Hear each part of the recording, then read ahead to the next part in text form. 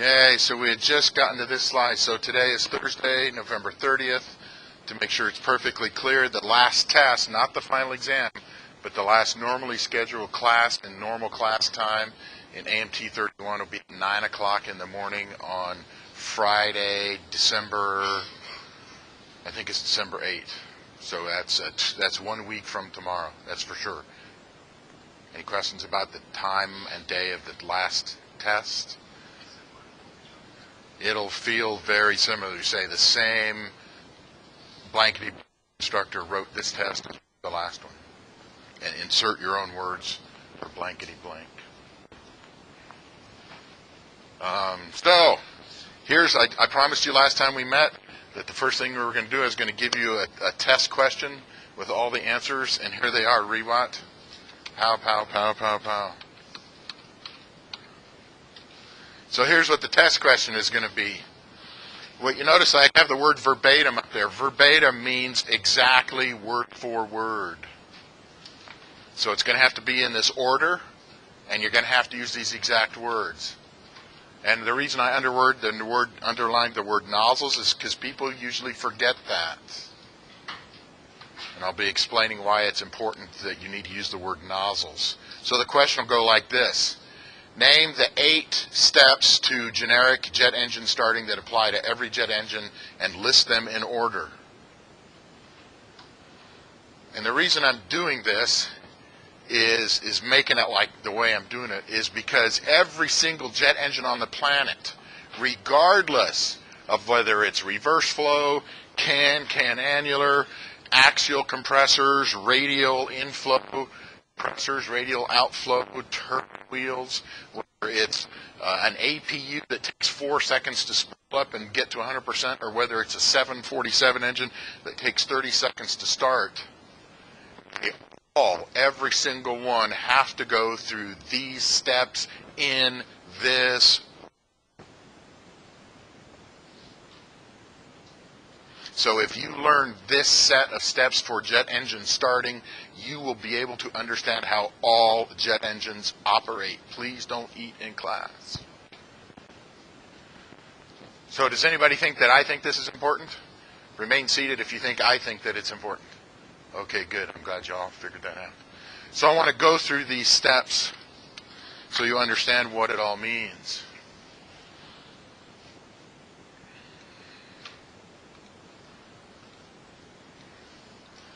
So the first thing I'm going to do over here is I'm going to draw an RPM gauge, and I'm also going to draw an exhaust gas temperature gauge. And for fun, I'm going to say we're going to have, whoops, not an highlighter.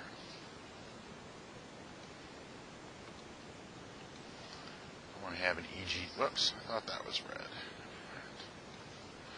I want to have a nice red EGT red line. So here's our EGT red line, and obviously our red line is going to be somewhere on the engine, but I'm not going to be worrying about it too much. So we'll say that this is 0, 10, 20, 30, 40, 50. And we're going to say that 50% is idle, and 10, 20, 30, 40. And 40% is where we're going to let go of the starter motor, and at 20% is when we're going to turn on the fuel nozzles just after we turn on the ignition system. So you go out to a jet engine. Now, one of the things you need to understand is that some of these steps, you as the mechanic sitting in the cockpit operating the engine controls, you will have to do some of these steps. Some of these steps will be done automatically by the fuel control, or by a computer, or by the fact that most engines, when you push on the starter switch, it also turns on the ignition. So there may not be a separate ignition. The PT6, all of you during your last tour of duty, during your last lab rotation in turbines, you're going to do if you haven't done it already, some of you, we're going to do a PT6 glow plug check and check of the ignition system. And to do that, we have to disengage, take the cables off of the starter motor, because inside the cockpit, to get the you push the starter button, because pushing the starter button in that aircraft doesn't just engage the starter motor and make the engine spin, it also turns on the ignition. And that is extremely common. On the far end of the scale of where you do very, very little is the APU, is a typical APU. All of you in your last rotation through lab are going to get to start that solar T62 APU that's on a cart. On that engine, the vast majority of it is automatic. Literally, you get the fuel turned on, come into the engine, you get the master switch, electrical turned on, and then there's one switch you operate. You just hold it up, and after the thing lights off, you let go. In theory, you're only doing like one or two of these steps. But if you understand all of them, it doesn't matter what engine you're looking at, troubleshooting, or operating, you're going to have a very good understanding of, okay, am I the one that's turning on the ignition? Or is the computer turning it on? Or is it a mechanical device that's turning it on? Oh, wait, the ignition's not coming on. Well, no wonder the engine won't catch on fire. Why? What's wrong with the PT6? Because there's a big old honking crack on the somewhere. That's not in a place to have a crack. I hate it when turbine engines spinning 10, 20, 30,000 RPMs come flying apart. Someone's likely to get hurt and or die. And I personally have responsibility over student safety under my care. But it's not my decision whether to run the engine anyway. You can ask Mr. Asman. Say, hey, can we fire up the PT6 during finals week? We don't care if it blows up. But you may not care. All right, so when the engine is at 0 RPM, 0% RPM, that's where you're going to turn the starter on. That's the very first thing you're going to do. On many engines, this switch is spring-loaded to the OFF position. That's off. That means you actually have to push your finger down and hold it the entire time. So half of your hands are busy holding the starter switch on. And in fact, as a good precaution, I've seen some starter systems where you push down the starter switch and it physically holds the starter switch in during start, and a mechanical system will disengage the starter and the switch pops back up. You still need to be holding your hand there, because if something goes wrong, you may have to push that starter switch back and get to when is it you have to re-engage the starter. The reason I'm putting ignition prior to fuel nozzles, does anybody know why you would want to turn on the ignition before you turn on the fuel nozzles? Now, there's not going to be the likelihood of there being fuel inside the engine prior to start is extremely not zero, but extremely low. So we don't have fuel pooling at the bottom of the engine and then a whole bunch of it catching on fire. So we're always going to need to turn the ignition on first. And then we're spraying it. The split-second fuel is spraying into the engine. There's already an ignition source trying to catch it on fire. So that's one reason why you need to do these in order. So at 20% generally, and I'm not going to ask you, at what percent do you turn the ignition on?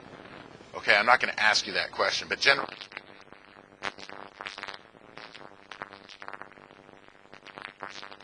that's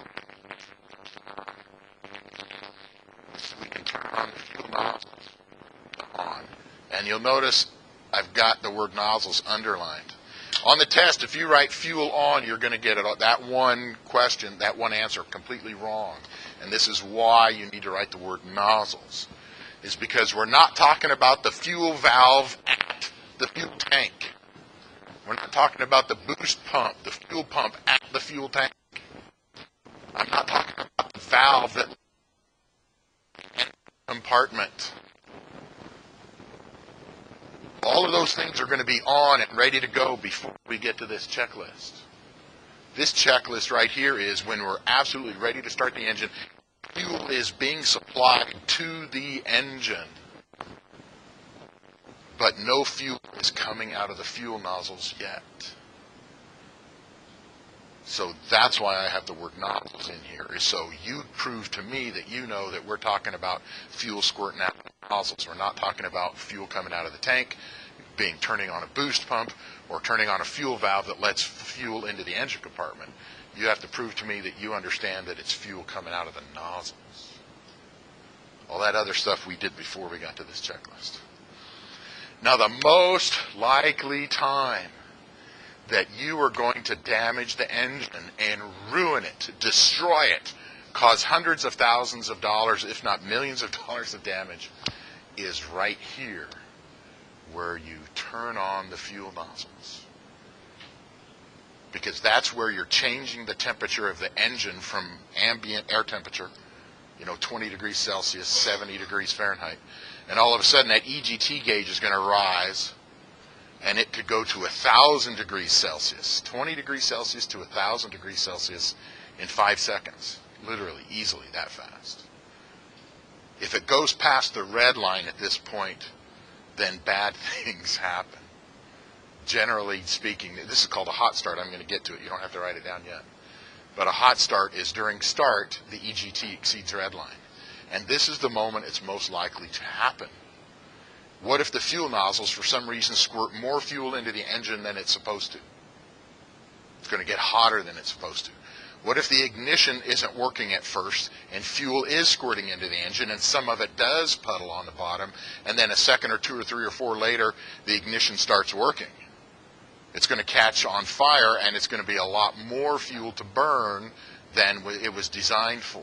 So there's another reason why this is where you might have a hot start.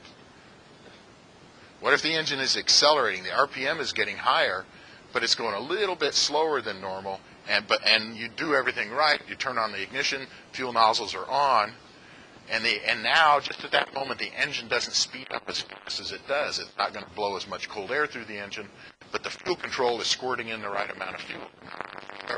Correct amount of fuel. It's going to be hotter than. So this is why the very next step here, where it says EGT monitor, is the most important step here. But this is the one right there, because at that moment, that's the most likely time to fry the engine. How many times have you started an automobile engine and it didn't start right? What do you do with that key when it doesn't start right?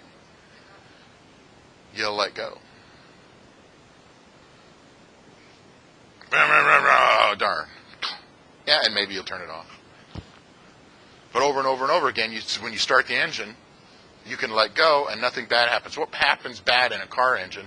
What's ever happened bad in a car engine when you've let go of the starter switch? The worst that happens is the engine doesn't start, right? That's the worst thing that's ever happened. Okay, here, if you let go of the starter switch, the starter is no longer helping accelerate the engine.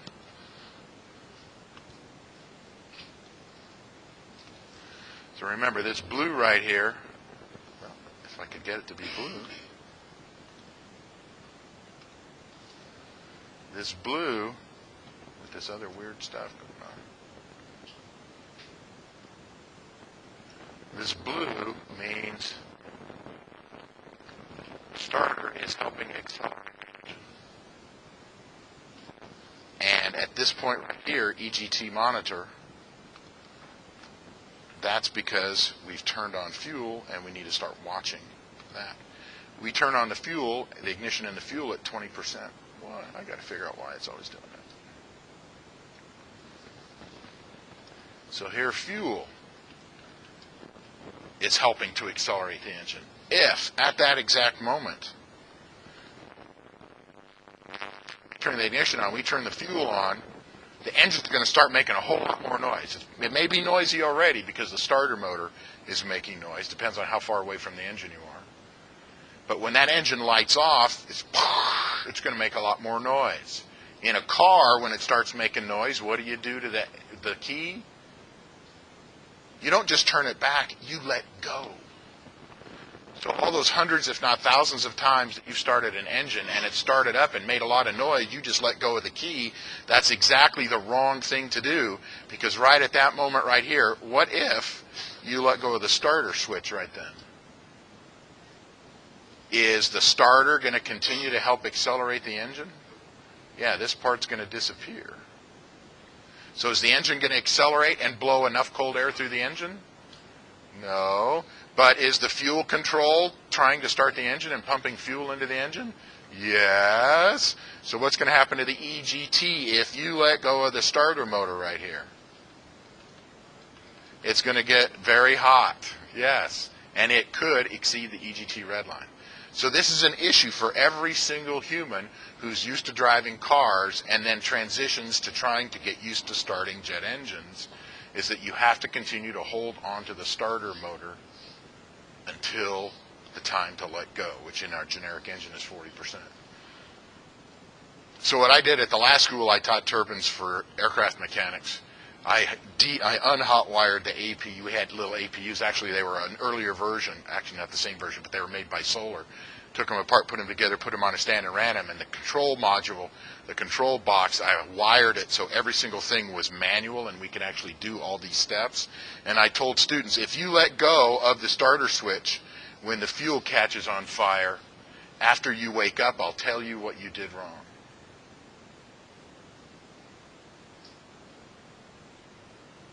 Okay, I saw a couple of chuckles out there. Unfortunately, our APU out there is wired up like most APUs, and it's very simple to operate. All right, so we turn the fuel on. So at this moment right here, at 20%, that's when our EGT is going to start to rise. So our EGT is going to start to go up. And that's why I have the word monitor here, is because we're not just going to look at it once as soon as we turn on the fuel nozzles and then turn on and it catches on fire. We're going to take a look at it right at that moment, and now we're going to be looking at it about every second from here on till the end of the start. We're going to literally be looking back at the RPM gauge and at the EGT. And actually, I'm going to be looking at the EGT most of the time and then glancing at the RPM, seeing is it at 40 yet? No. How's the EGT doing? Okay, it's still not up to close to red line. Okay, are we up to 40% and I can let go of the starter motor? No, not yet. Okay, back to the EGT gauge. Is it coming up close to the red line? No. Okay, now if we hit 40%, oh yeah, we have, okay, I can let go of the starter motor and then back to the EGT gauge. So when I say the word monitor here, I'm talking about the fact that you're not just going to look at it once and then come back in 10 or 20 seconds. You need to be looking at it about every second or two the rest of the engine's start. Yes, it's that critical. So you fry an O200. You're working on these O200s in Mr. Zucchi's class. Let's say you totally destroy it. How much does it cost for a brand new O200? Just the engine, not all the parts bolted onto it. I haven't priced a new O200, but I've looked at small four-cylinder engine overhauls. If you don't count the cost of the mechanic to take the engine out and shipping it to an overhaul facility and bringing it back and reinstalling it, all you do is how much does that overhaul facility want? If that O200 12, huh? Well, no, for everything they do with the engine overhaul facility, parts and labor, but it doesn't include taking the engine out, putting the engine back in, shipping it there, and shipping it back. Four-cylinder combing that's in my airplane, it's a little, but it's still four-cylinder. It's between $14,000 and $16,000. I haven't looked up parts. I'm too busy watching Star reruns and doing tequila shots to overhaul airplane engines. You got to set your priorities when you get to my right? If I'm conscious, yeah, it keeps me busy. All right, so in our generic engine start here, we were monitoring the EGT, and the RPM is going up. Correction, yeah, the RPM is going up, and it's at 40%. In this generic engine, at 40%, we can now let go of the starter switch. But I'm going to keep my thumb or finger next to it in case I have to engage it, and we'll get to that here shortly. Then, with my other hand, if the ignition is not connected to the starter switch, then I could turn this ignition off with my other hand. But like I said, certainly well over 50% of the engines out there that you do a manual start to, the ignition comes on with the starter. Then, I'm going to take a look at the oil pressure. So, who has not had reciprocating engine oil systems yet? Stand up. Okay, good. So, in a reciprocating engine oil system, when you start that reciprocating engine up, how many seconds do you have with zero oil pressure until you need to shut the engine off and figure out what's going on? 0, 30, how much? I have 2 30s, 0, and a 2. If you think it's less than 10 seconds, stand up. I think it's, I know, I'm not going to, it's less than the moment you turn on the key. I'll tell you what, it starts up from the moment you let go of the key. Less to shut the engine off. Well, correction, you have it. All right, go ahead, sit down. All right, the answer is restate my.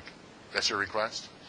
If you think that you can run the engine for 10 seconds or less with 0 PSI on the oil, and at 10 seconds, that's where you better shut the engine off, then that's what stand up. You don't need stand up. The answer is it's 30 seconds. Now, you could argue what's happening at 25, 26, 27, but if you read maintenance manuals for all of the reciprocating engines out there, including Lycoming and including Continental, it will say in a maintenance manual, when you're doing a test engine run after an overhaul, if you don't have any oil pressure reading within 30 seconds of engine start, you need to shut the engine off right then and figure out why you're getting 0 PSI. Now, it's usually kind of vague. Well, what if it goes up to 4 PSI or 10? So that's an interesting question. We would have to dig around a little more in the maintenance manual. But the oil pressure has to move up off of 0. You have to notice that the needle moves within 30 seconds, for sure. It's exactly the same for turbine engines. If that needle doesn't move and go above 0 for 30 seconds, you need to shut that engine off and figure out why. It may just be a bad oil pressure sender at the engine. It may be a bad oil pressure gauge in the cockpit. It may be the wires or the connections between the extender and the gauge, but you don't know. And destroying the engine internal components because the oil isn't getting pushed around is not worth it. You need to shut the engine off and figure it out.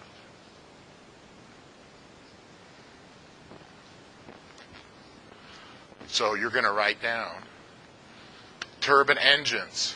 If you don't, you must get an oil pressure indication within 30 seconds, or you must shut the engine down at 30 seconds. I'm not saying it has to come up a certain amount. That's going to vary by engine. But in my entire career, never have I once found a reciprocating engine or found a turbine engine that this wasn't exactly the case. You got to have the oil pressure move within the first 30 seconds of engine start, or you got to shut the engine down and figure it out. So let's think about that for a minute. Yeah, I forgot the oil. Of course, I have never changed oil in a car and tried to start the car engine and then looked at the oil pressure light and have it stay red because I forgot the oil in it. That's never happened. I've never done that. So I want to talk about this oil pressure check. So effectively, how long, based on what I just said, how long does it take in seconds to ruin a jet engine? 30 seconds. All right. If we have an engine start, now I'll get to that. It's on the next slide. If it's been 30 seconds, shut it off. If you can't figure out the difference between 30 and 31, then get a better clock or a watch. I don't start a starter. It's just after I get the engine and it's starting to make noise and I've calmed down because the EGT, literally right here, if I'm really doing this and I'm monitoring the EGT, when do I turn the starter off? At 40%. Between 40 and 50%. I'm probably waiting for the stir. Then I can turn off the starter, check the ignition, turn off the ignition, check the oil pressure. And we can have an argument that which of these is going to happen first. But I got to put it in order and then pound on you like crazy if you don't do it right. That's my job. I have a hammer. It's that red ink. So I'm going to be monitoring the EGT, and I'm going to be watching the engine accelerate to 50%. If I'm doing these two things, and the EGT has come up, and let's say it comes up to right here, and it's stable, and the RPM is still going up towards 50%, I may feel comfortable, and I'm going to check the oil pressure. If the EG is rising really, really fast, I'm way more worried about that than I am at that moment about the oil pressure. All right, so we checked the oil pressure, and now we're going to see, did the engine accelerate to idle? So this number right here, now granted our generic number is 50%, is going to be different for every engine. This procedure is still going to be the same.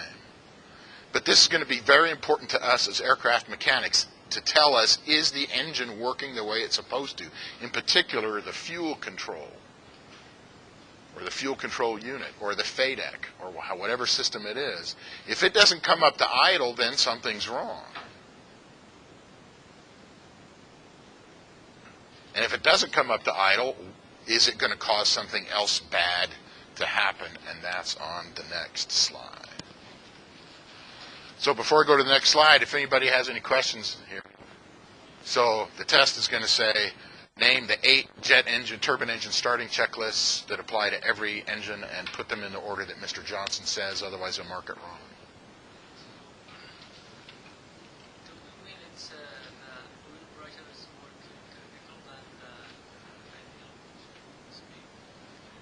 Yes, based on the way I put it, I'm saying that oil pressure at that moment is more important than whether the engine has accelerated to idle. But you could have a fun discussion and try to convince me otherwise. But it's way more fun to just mark you wrong on the test. I'm just making a joke. Yes, it's very possible that on your engine, the smaller the engine, the faster it's going to spool up to idle. You're going to go out and fire up that APU. How many people in here have now fired up the APU? I think I've got 8. How many seconds from the moment the starter kicked in to when you think the RPM was at 100% on that APU? How many seconds? I hear a couple. I hear 5. Is anybody that's done it think it was more than 5? 3? Okay. So you don't even have to. All I'm doing while the student is doing it is I'm staring at the EGT page. I'm doing, because I'm worried about frying that APU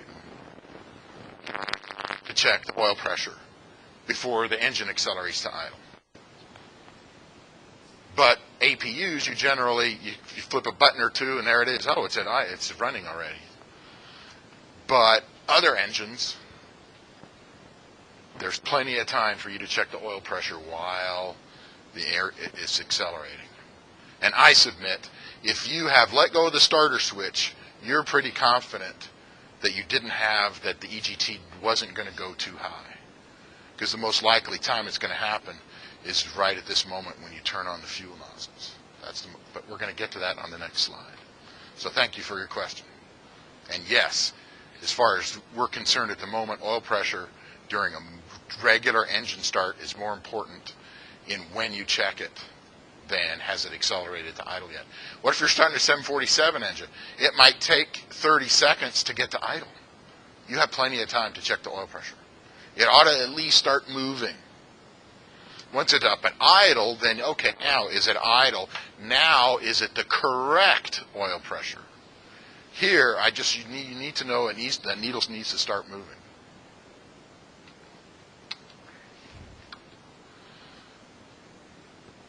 Okay, so I already covered this. It varies by engine.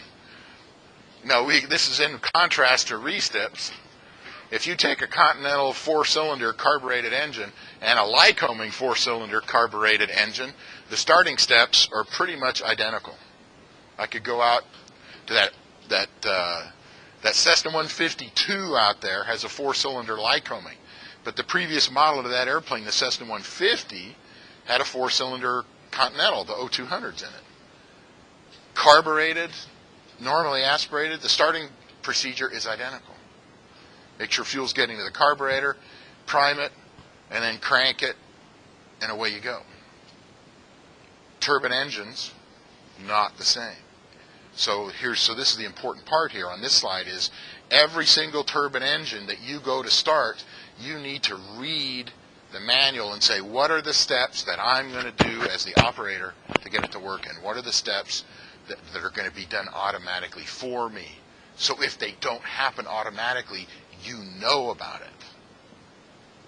And you don't have to write this down, but I want you to be 10 times more knowledgeable about how to start jet engines than any airline pilot that has done 10,000 engine starts. They know which switches to flip and see what needles wiggle. But I want you to know what's going on in the engine, because you're the one that has to fix it. You're the one that has to troubleshoot it. And if you don't understand how it's working or don't understand what's supposed to happen, you're never going to be able to troubleshoot it. So I already talked about it's always those same 8 steps. It's just, do you do it or does it get done automatically for you? So we already covered this. If the fuel nozzles get turned on before you turn on the ignition, you could have unburned fuel inside the engine, and then when the ignition does kick in, you could have extra high temperatures. And nobody likes higher than redline EGTs. Does anybody know? Did I say this already? When is the most likely time for the EGT, a hot start? We're going to get to that. So if you don't want to cross this out, the most likely time to have the EGT hit redline, when's the most likely time for the EGT to hit redline? Right after you turn on the fuel nozzles. That's right. Right after you turn on the fuel nozzles.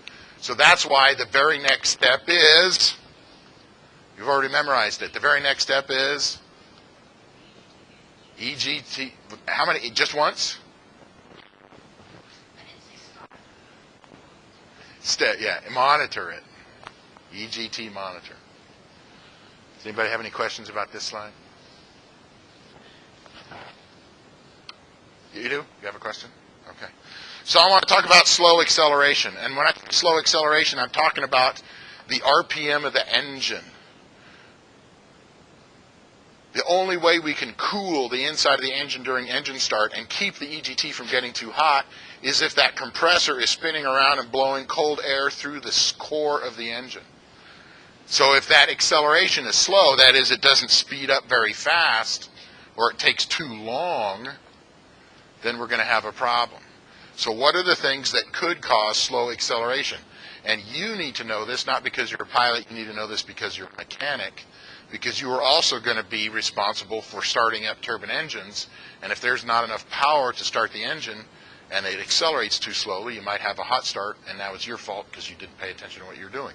So if you have a starter motor that runs off of electricity, like the APU we're going to run, or the PT6 out there, or the TPE, the C250s you've worked on, or those T62 Solars, those all use electric starter motors. Just like your car, if the battery is not fully charged, the starter motor won't have as much power. But in your car, what happens? You turn the key and the engine goes rah, rah, rah, rah, rah, rah, rah, rah, rah, rah, rah, click, click, click, click, click, click, click, click. Is the engine hurt? No, the engine's not hurt. In a turbine engine, if you start it up, let's say the battery only provides 75% as much power to the starter motor as the starter motor normally gets. How much horsepower will that starter motor provide? Approximately fourth less, 75% of the power. So how fast is that jet engine going to speed up during start? Only about 75% as fast as normal. But when you turn on the fuel nozzles, the fuel control is going to squirt in 100% of the fuel it normally does during start. You can probably guess what's going to happen now. Same amount of fuel, the compressor's not spinning around as fast, accelerating as fast as it ought to. This could cause a hot start. So GPU, you're going to write down a GPU as an abbreviation for ground power unit.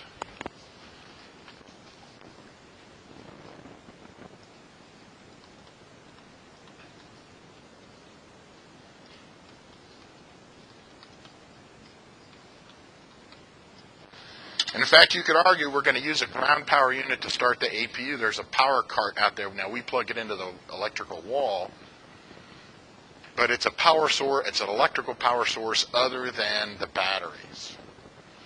We just don't. The problem is with our engines out there, we don't start them once every 30 days. So keeping a good battery on all our engines, the batteries we have to spend a lot of time maintaining them, so we don't.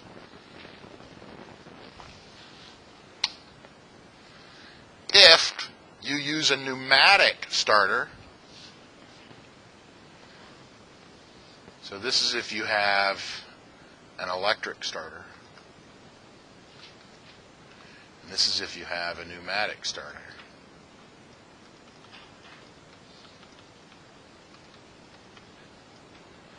If you don't get enough bleed air off of either the APU on the aircraft or a ground power unit, you can have a ground power unit that provides pneumatic power. Generally speaking, somewhere there is a gauge that says PSI. And if it's, say for fun, if it's supposed to be 60 PSI, sorry about that, I got to turn off the sound. If it doesn't say whatever it's supposed to say, then that ground power unit or that APU may not provide enough power to the engine pneumatic starter, and the same thing applies. This engine won't spin up as fast as it's supposed to, and it's going to be hotter than normal.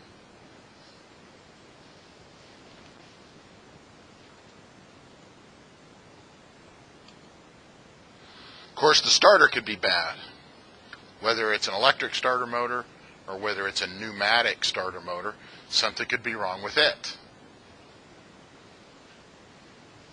So if you think that the starter motor isn't going to work right, you may want to reconsider trying to start the engine until you can confirm that the starter motor is doing what it's supposed to, or try to motor the engine and see if it comes up and the RPMs spin up as fast as they normally would, and then try an engine start. Remember, in that diagram that I've drawn of RPM, 10, 20, 30, 40, 50.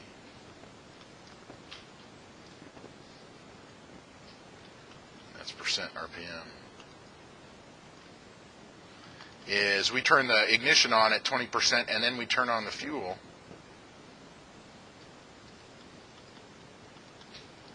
So fuel is helping accelerate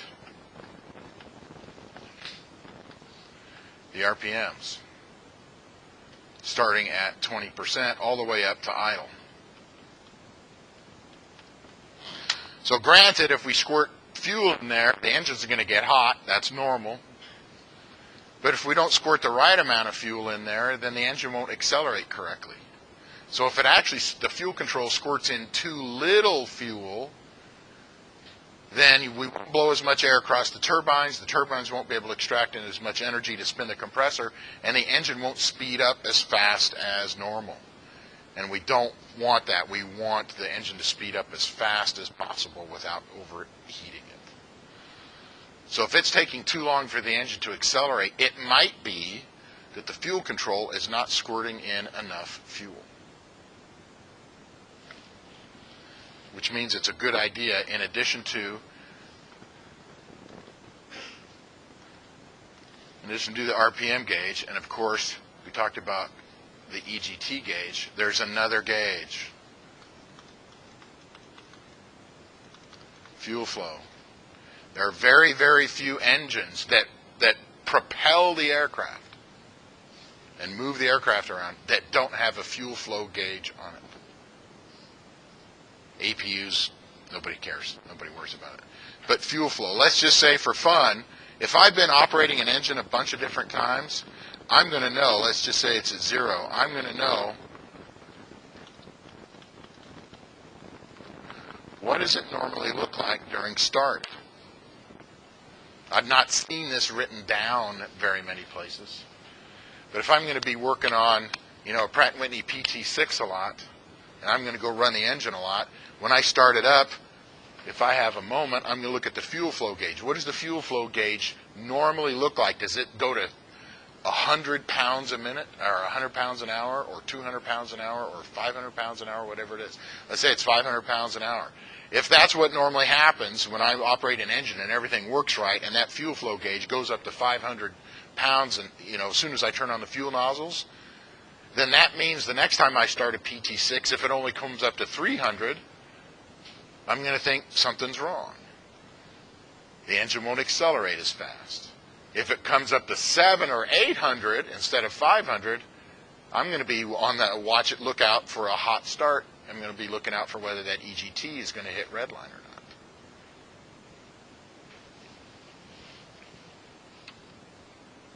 And of course, the number, I put the asterisk on there because this is the number one reason that jet engines don't get started correctly.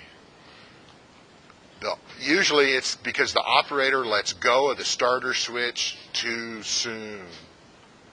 That's the number one reason that will cause the engine to accelerate too slow, is they'll let go of the starter switch too soon. Did you have a question or comment, Elizabeth? Yeah. The person doing the engine start makes a boo-boo. Problem is these kind of boo-boos cost a lot of money. Any questions about this slide? I think that was the last one. Oh, there it is. Wow, it's like I've heard of this before. So there's three kinds of starts that aren't good. This one is the least not good. No start is also called a false start. This effectively means that the fuel never catches on fire. So what is a no start or a false start? It's during start, the fuel never catches on fire. Now you notice I didn't say fuel doesn't squirt into the engine. I said fuel doesn't catch on fire. So there's really two reasons for a no start. One is no fuel gets squirted into the engine. Is the engine fuel going to catch on fire if no fuel gets inside of the combustion chamber? No. There's no ignition source inside the fuel lines. So that one's not that big of a deal. The other one, where fuel does get squirted into the engine, that is, you were looking at the fuel flow and you saw that needle climb to 500 pounds per hour. But for some reason it didn't catch on fire. You're like, oh, darn, it's not catching on fire. All right. So what's going to happen? Let's say the fuel doesn't catch on fire, but the fuel flow goes up. And we're cranking it, and it doesn't catch on fire, and it doesn't catch on fire. All right, fine. We let go of the starter, we turn off the ignition switch, the engine starts slowing down, but we had seen the fuel flow come up until we turned the fuel nozzles off. Where'd that fuel go? Anybody except Elizabeth. Where'd that fuel go? Well, there might be a fuel drain valve, but it may be a small fuel drain valve. And, yeah, right, so while we're spinning the engine, is that valve open? Probably not, because we're spinning the compressor. There's compressed air inside of the combustion chamber. It's going to close that valve. So yes, hopefully, when the engine spins down, there's no pressure in the engine, and there's a drain valve, and fuel will come out. But how fast does it come out? I don't know. Good point. You think all of the fuel is going to drain out that valve? I submit not all of it. I think you just coated the inside of that combustion chamber with jet fuel because the nozzles go all the way around. So it may get rid of a lot of it. So the point is, though, if you come back in 2 minutes and try to start it up again, there could be extra fuel in there that you weren't planning. So generally speaking, a no start, and you believe that fuel got squirted in there and didn't burned up, it's going to say if you had a no start and you think there's fuel in there, you're going to have to motor the engine and try to blow the fuel out, have it evaporate and blow it out. So don't be outside the tailpipe of the engine. That's my high recommendation. Or you might be smoking, literally. So if no fuel went in there, not a big deal. If fuel did go in there, then you're going to have to motor the engine. Obviously, you're going to follow the maintenance manual or the operating manual that tells you what to do in case of a false start. But generally, if you think there was fuel, you're going to figure out you're going to motor. When I say motor the engine, I mean spin the engine with the starter, but you don't turn on the ignition and you don't turn on the fuel. Just like on those compressor washes, they motored the engine. They didn't turn on the ignition and they didn't turn on the fuel. All right, so here's the two really bad things. This is the worst one right here. It's called a hot start. A hot start. So on the test, I'm going to ask you, what is a hot start? I promise you, I'm going to do that. Hot start. During start, EGT exceeds red line. And you notice I put the word during start here. Because you can exceed the red line during other times when you're operating the engine, but that's not a hot start. So hot starts only occur during starts, and it's any time the EGT goes past the red line. This is bad. When I say bad, it doesn't mean you're going to go to purgatory or suffer, eternal damnation. I mean it's bad in that it's going to damage internal engine parts, and you may have to disassemble the engine and inspect it. In fact, if the EGT gets high enough, it may mean that you automatically have to throw some internal engine parts away. And who's going to get blamed for this? The person operating the engine. That's you. So you're going to be very, very attentive during engine starts, and if that EGT you think it's going to get up to close to red line, the first thing, it's not on the checklist, but it's okay if you go, ah! So the question is, so that's what it is. The next question is, what do you do? What do you do in case of a hot start? It's two steps. No. Fuel nozzles, very good. Fuel nozzles off. Because I'm not talking about turning off the fuel valve at the wing tank. I'm not talking about turning the fuel boost pump off at the wing tank. I'm not talking about turning off the fuel valve going into the engine compartment. I'm talking about making the fuel nozzles stop squirting fuel. On the test, you do not have to underline the word nozzles. I'm just doing that to help you remember. And then this, go ahead. Yes, if possible. Motor, engine, if possible.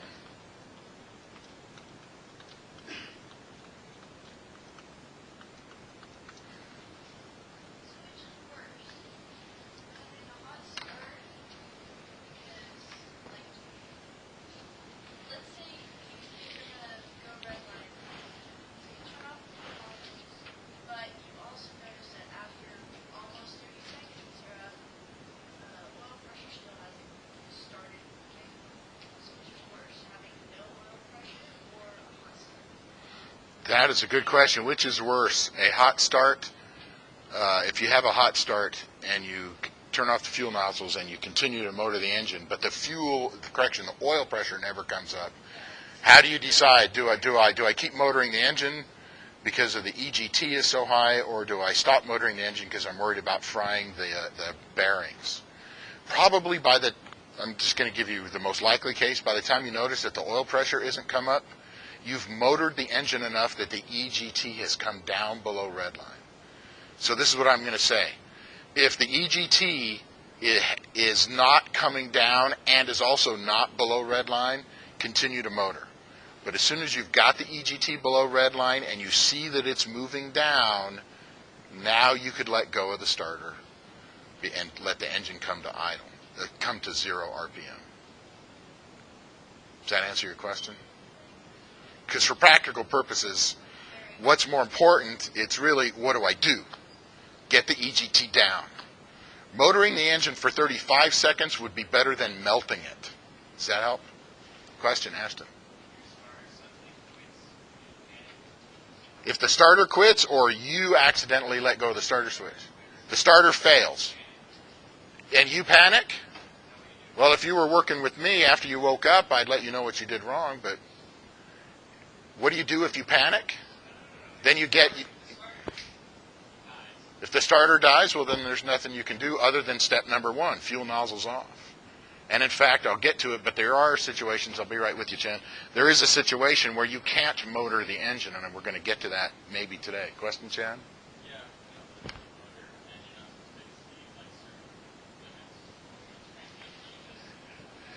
Yes, that's a fantastic question, Shannon. I'm glad you're thinking. This duty cycle on that electric starter motor, we've already been cranking it up, and it's already been running for 10, 20 seconds.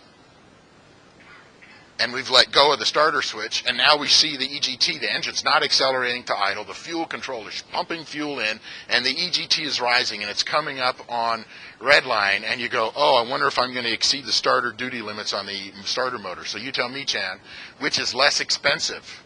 The starter motor is way less expensive than taking the entire engine out of the airplane, disassembling it, inspecting it, repairing it, or replacing parts and putting it out. That could be tens and tens and tens and tens of thousands of dollars. So it's absolutely fry the motor if that's what it takes, but motor that puppy and get the EGT down. See how I use the word puppy instead of a curse word? Or a politically incorrect comment? I've been working at my reduction of politically correct comments. So I want to get through this slide. So that's what you do in case of a hot start. The second one is called a hung start. And what is a hung start? It's also during start.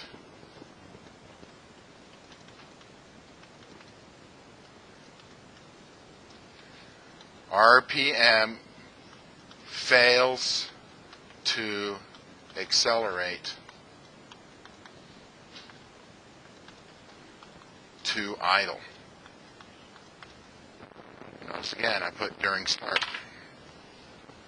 So if you're starting the engine and for any reason the RPM doesn't get up, in our case, to 50%, then you've met the definition here of what's a hung start. Now, we've already talked about the fact that the most likely time for a hot start to occur is you turn on the ignition and then the fuel nozzles get turned on, starts making sound, and the EGT starts to rise. That's the most likely time for a hot start to occur. Not the only time, but that's the most likely time. For a hung start, the most likely time for a hung start to occur is after you let go of the starter. So if this is RPM, and here's 0, 10, 20, 30, 40, and here's 50, which is idle. And in our example, we're going to engage the starter and then let go of it at 40. That moment right there, that's the most likely time for a hung start. It's because the starter motor is no longer assisting us accelerating the engine and getting it to idle. All we've got is the fuel. It's not the only time you could have a hung start, but it's the most likely time. What's really awesome is that what do you do about a hung start? It's identical to a hot start. It's number 1 is fuel nozzles off, and 2 is motor engine if possible. And the reason we take the same precaution is because, let's say we have a hung start right at this moment, and the fuel control is increasing how much fuel into the engine to try to get the engine up to 50%. But the engine won't accelerate. More fuel, but no more extra air. EGT is going to start to rise, and a hung start will turn into a hot start. So we're going to use the same precautionary steps. So on the test, the likelihood of me asking you the definition of a hung start is very high, and the answer is a hung start is during start, the RPM fails to accelerate to idle. And what do you do about a hung start? You do the same thing as you do for a hot start, fuel nozzles to off, and motor the engine if possible. I'll see all of you tomorrow at 9 o'clock.